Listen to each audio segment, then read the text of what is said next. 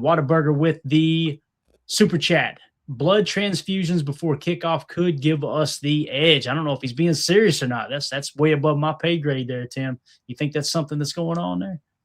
I don't know. I'm not a doctor, but I can speculate on what he's talking about, though. I mean, I'm assuming he's talking about your blood flow when you're at altitude, right? Oh, absolutely. Yeah. Adjusting. So, yeah, I guess. I mean, that'd be a bit extreme. I doubt that they're going to be going that hard for this matchup. Maybe get there a little early and acclimate yourself to the altitude during walkthrough. But I don't think they're going to be busting out the syringe packs or anything like that. So, yeah.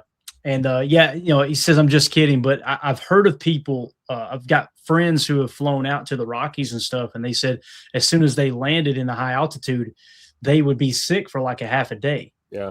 Because it took their body a second to adjust, so they'd almost get nauseous. I can't remember what they called it. I want to say it might have probably vertigo. I want to say it might have been like blood sickness or something. Like it was something weird. I was like, "What is that? It sounds horrible." Well, no, it's just your body adjusting to the altitude, and you're nauseous for 6 to 12 hours. So it's like, okay, wash your hands, wash your butt, man. That's it. That's all. That always helps too. But thank you for that super chat, Howling. We appreciate you, buddy. All right, Tim, let's shift gears, man, and let's talk our defense against their offense. Let's go with the nickel set first. Obviously, this is their 11 personnel against our nickel 4-2-5, and we got different variations of this, obviously, when it comes to how we play these three wide receiver sets. So let's look at their offense first and foremost. Bo Nix, 73.0. He's the 16th highest graded quarterback in the league. I feel like when you take everything into account with Bo Nix, last year, solid rookie year, right? And then second year, they usually take a step back. If this is the step back, that's an indicator Bo Nix is going to be a great quarterback. He's still grading out as the 16th best quarterback. And you look at some other analytics, you could make a case for him being like top 12. And Sean Payton, that's good enough to win with for sure. In the backfield next to him, they've got Harvey listed here. RJ Harvey, a 72.4, a second-round pick out of UCF. I'd like to see where we had him on our draft board, if I can do it without too much dead air here. Give me a second. Yeah, RJ Harvey, we had an 88.7 on Tim, so we had him worthy of a top 90 pick, so a third-round pick essentially. They took him a little bit higher than that with the second-round 60th selection there. So RJ Harvey, 72.4. Their running game is pretty solid, if I remember correctly, too, in some of the rankings. I don't have them pulled up right now, but their offensive line, man, one of the best in the game. You got Bowles here, if I'm saying that right, Garrett Bowles, former first-round pick in 2017. This guy looks like a get-off-the-bus guy, don't it? Look like he just got out of the clink, right? Oh, yeah. He looked like he was an extra on the longest yard, for sure. He does. He really does. 89.3 on the year, the third highest-graded tackle. He's playing great football. At left guard, boy, this is going to be a tough one. How would you say that? Pikachu? Is that how you say it? Close enough. Alzewski, I'm going to guess. That's channeling my inner Wisco Polak, version to help translate, I don't know. 52.5 at left guard. Looks like he was an undrafted free agent. You got Wattenberg, all right, or Wattenberg, however you say it. Yeah, out of Washington, former fifth-round pick. He's grading out a 67.7. Not bad there at the center position. And then you got, is this Meneers? They get the weirdest names on their offense. We got people like Zach Tom, right? Yeah, right. Elton Jenkins, Sean Ryan, Josh Jacobs. Yeah, they got this is unbelievable. So anyway, he's the highest graded guard in football right now to Wisconsin Whitewater. That's really, really interesting. That don't help me any. How do you say that? Alzewski. Jen Wright's got the translation. There we go. So the XI is a V, is that right? I guess. There you go. I'm going to trust Jen on this one. Yeah, sure. You heard it from a fan right here. I have no clue. You know me. I speak English at a third grade level, so it is what it is. But I know this, man. This dude has had one hell of a career so far. He's done nothing but get better every year. 67, 77, 83, 87, 90. I mean, best right guard in football according to PFF. And then, of course, McGlinchey, who's listed as questionable with that shoulder injury out of Notre Dame, know who he is. He's a monster of a man, 6'8", 315, the 9th overall selection. I want to say he was drafted was it San Francisco, I believe? I think he was drafted there, if I remember correctly. And then he signed in free agency with Denver, if I remember right. But he's been solid his entire career, man. 74, 70, 79, 69, 70, 67, 72, 74. Just a very, very consistent football player. If he doesn't go at right tackle, Tim, that could cause a few problems for Denver. Now, they like to get the ball out. I want to say they're a big yak team too. They got a lot of yak yardage. So Bo Nix getting the ball out of his hand fairly quick and letting his playmakers make plays after the catch. The good thing about this matchup for us is the Packers are allowing the fewest yak yards in the entire league last I checked. So that's something that kind of, okay, we got a little bit of the matchup there. We're really good at tackling. We're really good at flowing to the football on those short passes, right? And we don't give up a whole lot of explosives in the pass game as well. So that's how their offensive line looks against our defensive line. And our nickel, this is going to be the nickel cheetah package, okay? Enigbare, 63.3, Micah Parsons, 91.7. They're showing Baron Sorrell there as if we're putting all edges in. Obviously, that is going to be Colby Wooden for the most part, a little bit of Carl Brooks as well. I think Carl Brooks had more snaps than Colby Wooden did last week against Chicago. Rashawn Gary is 67.1. So obviously he's the run-stopping edge there, kind of setting the edge, top defender. Enigbare's got a little more freedom to go after the quarterback when he's in. Micah Parsons just off to another great year here, man. It's unbelievable looking at his career grades. 89, 91, 92, 90, 91. Just such a dominant force on the defensive line. So how do you feel like we match up here? If I were to flip over to base real quick, Tim, just to give you a little bit better idea, there's Wooden with a 57.1. That's more or less what our nickel 4-2-5 front's going to look like, probably 60 or 70% of the snaps. How do you feel about how our defensive line shapes up against their offensive line, one of the best in the league? I feel like I'm excited to see these two teams play football on Sunday. I scratch my head and wonder what's the best approach. You know, we talked about taking the cage rush approach, you know, last week against Caleb, but Bo Nix can stand in the pocket and deliver the football. So, you know, I think you have to have a balanced attack against this front.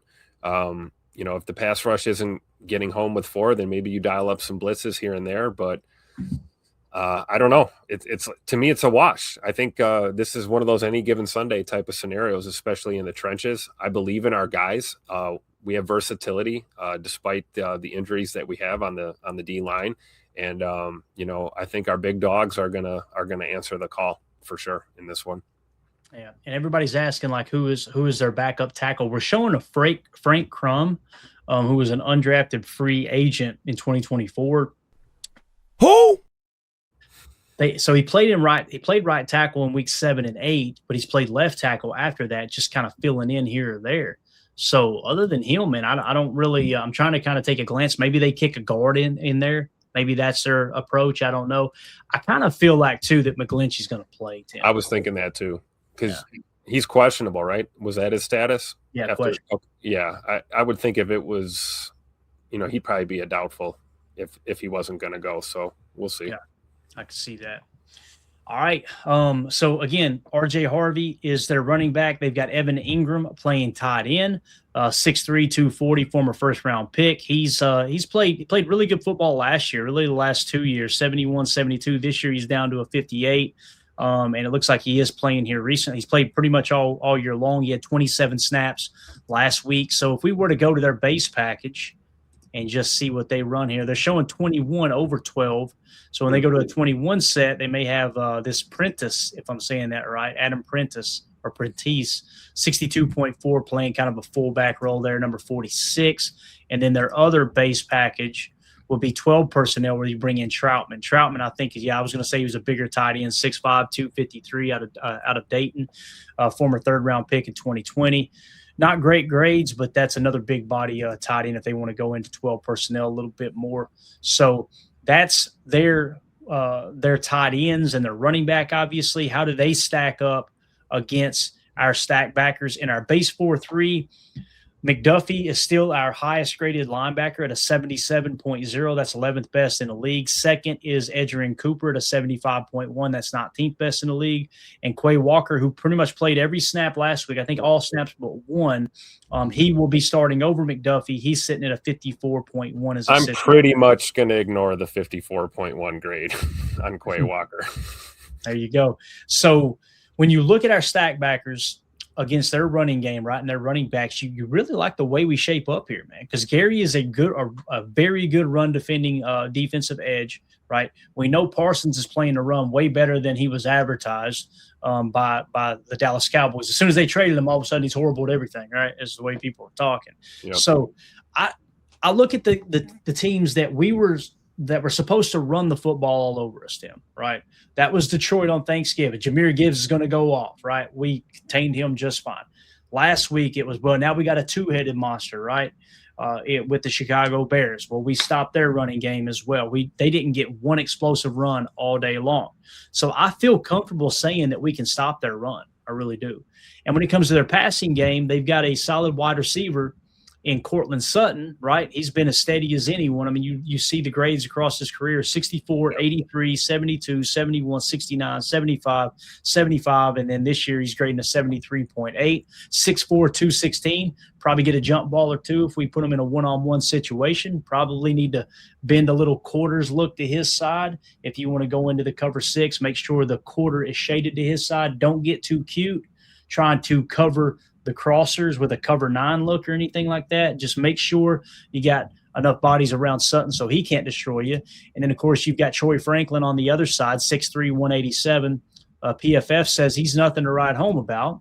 And then, of course, when we go to the 11 personnel and our nickel defense, they've got Mims Juniors. They got Marvin Mims Jr. in the slot, 64.3 is where he sits right now. Now, last week, 20 snaps is what he had essentially, Tim, 20 snaps. So that tells you they're probably in that base package quite a bit. I'd like to see, just to make a quick little reference, I should have done it already. How many snaps did Troutman have last week? Yeah, look at this, Tim. He had 55 snaps last week. Adam Troutman did. Evan Ingram only had 27. So Troutman is actually their most used tight end when you look at it that way. And then if we flexed it back to the 21 personnel, Prentice, look at him. He played 30 snaps, right? Yeah, 30 snaps last week. So you get a lot of 21 and 12 looks evidently, man. So that is what they're going to be working out of. Probably some nasty splits there too, I would imagine. That's like a Sean Payton offense to me, right? Yeah, no doubt, man. No doubt about it. Now, let's look at we talked about the receivers. Let's see how our cornerbacks match up against them, right? Leading the way for the Packers, the highest graded corner we got is Javon Bullard. Of course, he's the slot corner, 69.5.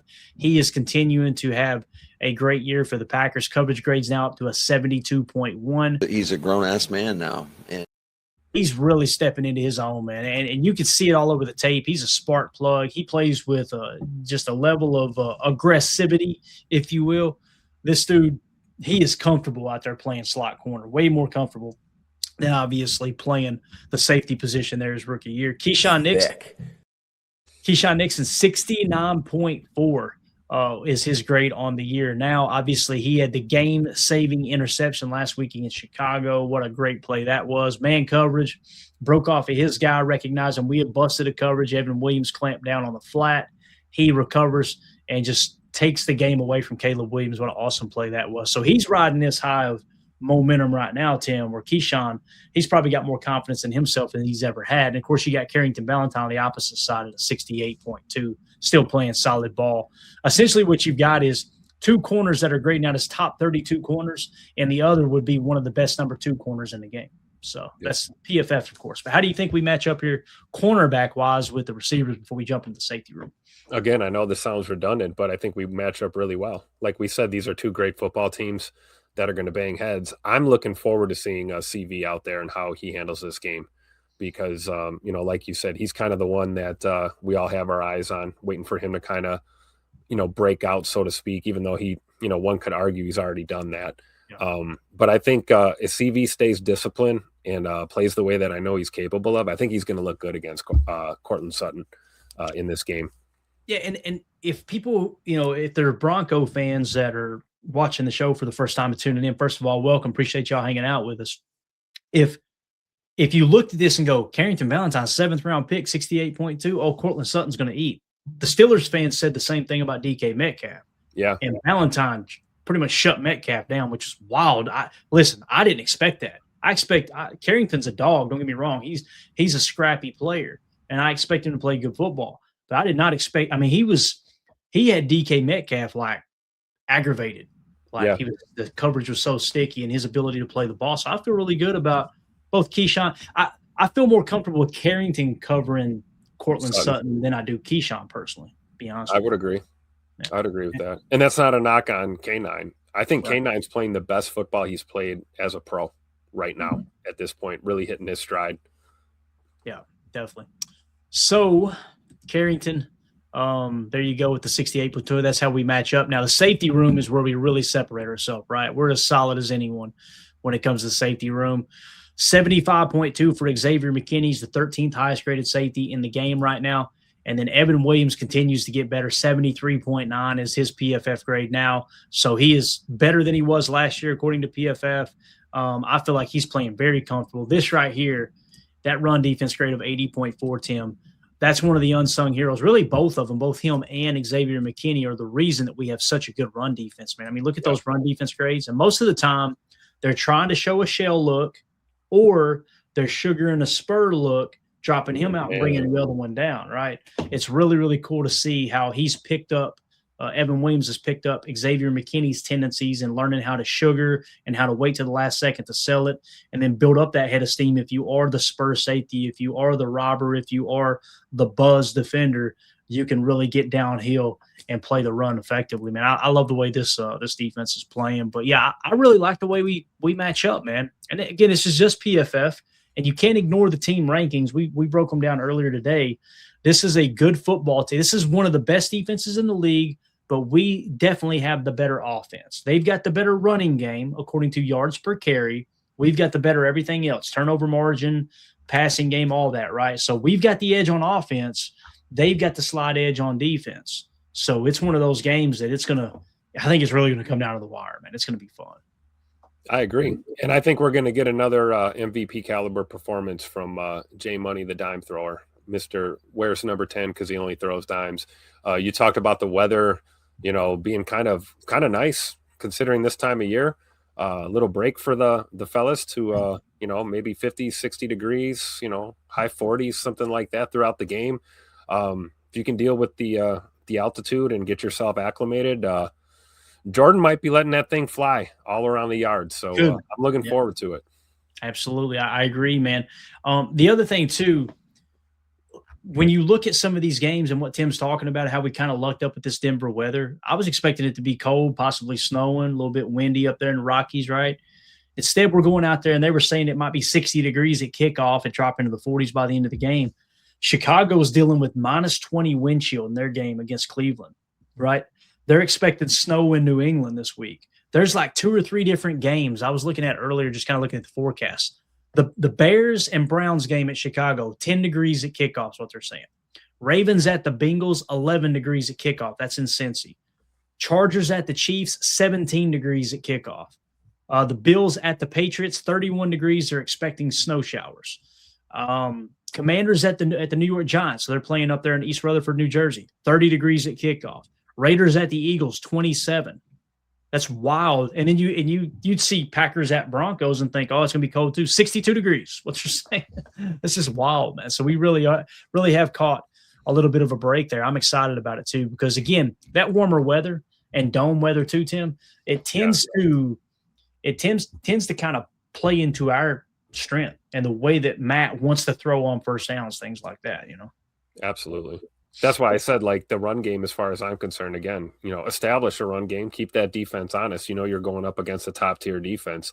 You've got to be able to run the football, but take your shots when you get them, and we know Matt's going to scheme guys open. And I fully expect the California kid, J Money, to do his thing out there in that nice weather for sure. Yeah. When you look at their passing defense, just real quick, if we were to take a quick gander at it, yards per pass attempt allowed, We are both tied for third best in the league at only 5.6 yards per pass attempt allowed. Okay. When it comes to sacks, I want to say that's where they probably have the edge on us there in passing defense. Sack percentage for Denver, they're number one in the league at 10.8% sack rate. That's phenomenal. So that's definitely going to be the key to this game is protecting Jordan Love, establish the run, protect Jordan Love, get the ball out of his hands as quick as possible. Their passing defense is solid. Essentially what you've got here too, and we'll wrap up with this, Tim, the underlying story here that a lot of people aren't talking about, you've got Jeff Hafley, defensive coordinator for the Packers, Vance Joseph, defensive coordinator for the Broncos. These are two guys that are going to be at the top of the head coaching searching list in the offseason. We're going to be hearing those two names interviewed for this, interviewed for that, interviewed for this, interviewed for that all offseason long. It's going to be really cool. And they know that. Yeah. They want to one-up the other one in this game. So I think you're going to get the best version of both Vance Joseph and Jeff Hafley in this game. So it's probably going to come down to protecting the football, I would imagine, man. I think that's probably the number one thing. And again, when we talk about turnover margin per game, as it sits right now, Green Bay is 8th best in the league at a plus 0.3 turnover margin. Denver is 21st at a minus 0.2. All right. Now, how do you get to that point? If you go back into turnovers and we say giveaways per game, Green Bay is tied for first in the league at 0.6 giveaways per game. That is the best in the National Football League. Denver is tied for 8th, giving away 1 turnover per game. Now, in terms of takeaways, and then we'll wrap up, turnovers, takeaways per game, Green Bay is currently sitting in the, where you at, 25th spot at 0.9 takeaways per game. Denver is in the 27th spot at 0.8. So the turnover margin kind of feels like a push here, right? Yeah, sure. But we do protect the football a little bit better than they do. We're both taking it away pretty bad this year.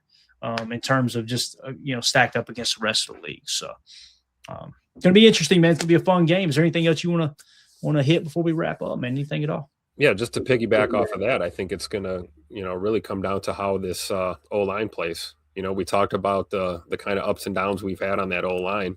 And we talk about Denver's defensive front. It's going to be, paramount for this O-line group to protect J Money, and we know Jordan can handle the pressure. Just watch the tape from last week, pass rushers in his face, fearless, delivering dimes down the field. We know Jordan is great against pressure. However, I think, the better this O-line group plays against Denver, the better off we're going to be. So you're right. It's going to come down to who protects the football and doesn't turn it over in this game. Because just like we said last week, this could be one of those games where the team that turns the ball over is the team that's going to lose, You got to be +1 in the turnover battle for sure. Absolutely.